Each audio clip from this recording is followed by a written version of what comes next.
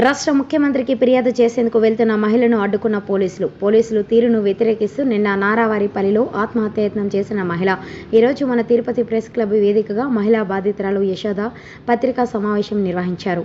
Tirupati rural మండలం గాంధీపురం పంచాయతీ పరిధిలోని రాజేశ్వరరావు, సరోజినీదేవి దంపతుల నుండి కొంత భూమి అద్దెకు తీసుకోవడం జరిగిందని, ఆ స్థలంలో బ్యాంకు నుండి రుణం తీసుకుని సుమారు ₹1 కోటి వ్యయంతో చేనేత వస్త్రాలు తయారు చేసి వ్యాపారం చేసే వాళ్ళమని తెలిపారు. భూ యజమాని సరోజినీదేవి గత 8 నెలల క్రితం నా చేనేత పరిశ్రమను ఖాళీ చేయాలని ఒత్తిడి తేవడం జరిగిందని తెలిపారు.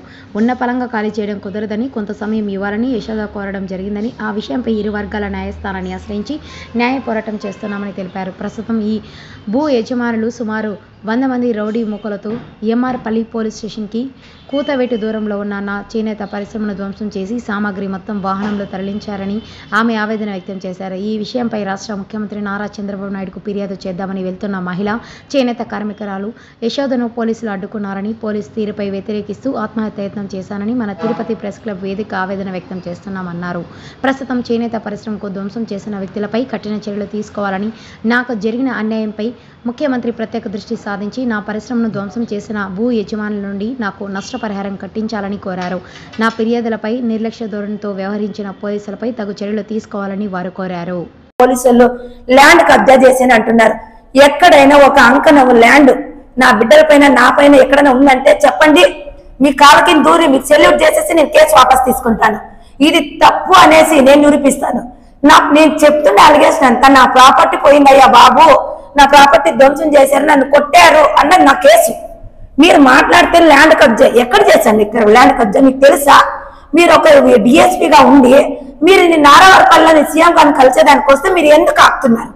మీ తప్పేమీ లేకపోతే అందరు ప్రజలతో సమానంగా నన్ను కూడా ఎందుకు కలవనివ్వలేదు? ఆయన బాధలో ఉంటాడంటే నాకు కూడా తెలుసండి, ఆయన బాధలో ఉన్నాడన్న విషయము. బాధలో ఉన్నాయనేసి నా సమస్య చెప్పడానికి వెళ్ళలేదు. నేను ఆయన చూసి పలానా రోజు మిమ్మల్ని కలవచ్చని అడగదామని వెళ్ళాను. నేను మీరేమన్నా నాకు టెర్రరిస్ట్ మాదిరిగా సీఎం గారికి కాపలా కాసేది వదిలేసి నన్ను కాపలా కాసాను నిన్నంతా. నేను కలవాలని వెళ్తే ఎందుకు అడ్డుపడుతున్నారు అంటే మీ గురించి నేను అక్కడ ఏదైనా చెప్తానని మీ భయం. మీ ఏ తప్పు లేకపోతే ఎందుకు ఇలా? ఇప్పుడు నన్ను అడుగుతున్నాను, మీరు ఒక అధికారి ఒక కేసు వచ్చినప్పుడు ఇద్దరికి న్యాయం చేయండి పిలిపించి. ఇంతవరకు వాళ్ళని కానీ పిలిపించి మీరు ఎక్కడైనా మాట్లాడినట్టుగా ఉందా? ఈ కేసులో మీరు ఇన్వాల్వ్ అయ్యి ఇది ఉన్నట్టుకుందా? ఈ సివిల్ మ్యాటర్ అంటారు.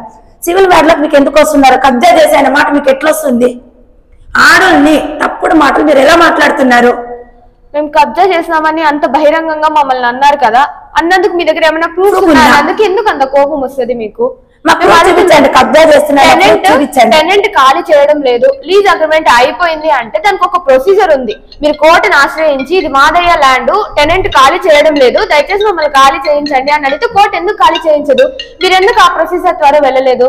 వెళ్ళకుండా అంటే వీళ్ళు ఇండైరెక్ట్ గా చెప్తున్నారు, మీరు రెంట్ కట్టకపోతే టెనెంట్ ఏమైనా దౌర్జన్యంగా ప్రవర్తించి అక్కడే ఉంటామంటే మీరు కొట్టేయండి, దౌర్జన్యం చేయండి అని చదువుకున్నారు.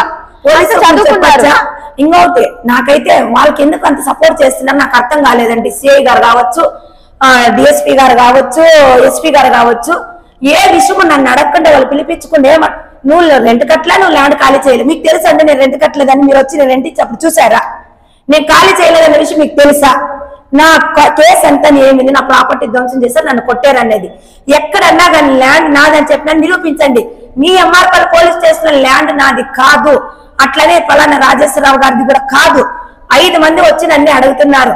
ఒక కొచ్చి శేషగిరిరావు నాదంటున్నారు, అదిరాంజీ మఠములు నాదంటున్నారు, సరోజినీ దేవలు నాదంటున్నారు, సుబ్రహ్మణ్య రెడ్డి నాదంటున్నారు, సిపిఎం మురళి పెంచలే నాదంటున్నారు. ఎవరు కట్టాలండి రెంట్? నేను ఎవరు కట్టమంటారు? ఒక ఆడదాన్ని వచ్చేసి ఇంతగా హింసిస్తుంటే ఎవరు కట్టమంటారు రెంట్?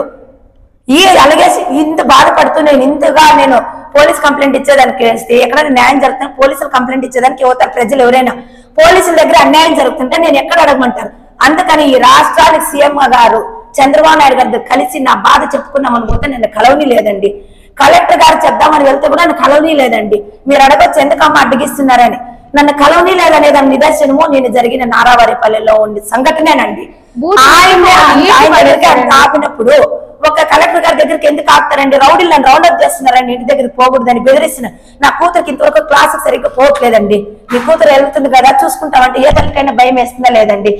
దీని మీదుగా ఎంక్వైరీ చేసి ఇప్పటికీ చెప్తున్నారు ప్రెస్ మీట్ లో, భూమి నాది, నా ల్యాండ్ నాది కాదు, నా ప్రాపర్టీ కోర్టు పైబడి నష్టం పోయినాను, ధ్వంసం చేశారు, నా ప్రాపర్టీ ఎలా ఉండేది నాకు అలా అప్పగిచ్చి నాకు ఇస్తే నాకు పని చేసుకునే అవకాశం కల్పిస్తే ల్యాండ్ ఓనర్ ఎవరో ఎంక్వైరీ చేసి కోర్టు గాని పోలీసులు గాని కలెక్టర్ గారు గాని ఎంఆర్ఓ గాని అది ల్యాండ్ ఎవరిది అనేది చెప్తే ఆ ల్యాండ్ వాళ్ళు వచ్చి ఖాళీ చేయమ్మా అంటే చేస్తా, లేదంటే రెంట్ మీకే ఇస్తానంటే ఉంటా, లేదంటే ఈ రోజు నుంచి నేను కోర్టులో కడతాను.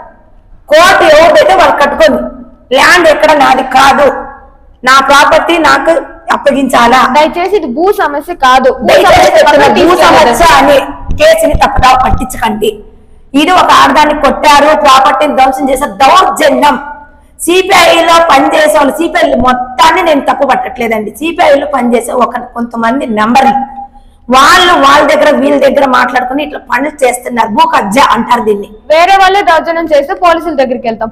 దౌర్జన్యం చేస్తే ఒక ఆడ చూడండి, నన్ను మా అమ్మని కార్లకు ఈడ్చి పడేస్తున్నారు. దయచేసి మమ్మల్ని కలవనియండి.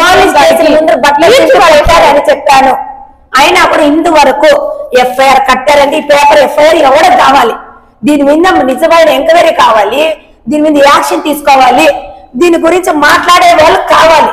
ఎవరు మాట్లాడతారంటే మాట్లాడేదంటే ఇంకా అందరికంటే గొప్పవాడు సీఎం గారే. అంతకుమించి దీని గురించి ఇంకెవరు మాట్లాడలేదు, పోలీసులు ఎవరు ఎదిరించలేరు కదండి.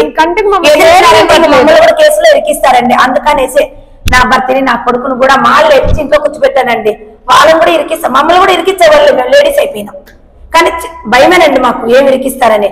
దయచేసి చంద్రబాబు నాయుడు సీఎం గారికి నేను అసలు చేతులు వేడుకుంటున్నాను, నా కుటుంబాన్ని రక్షించండి, నన్ను పోలీసుల వల్ల రక్షించండి, అలాగే కొంతమంది రౌడీల వల్ల కూడా రక్షించండి.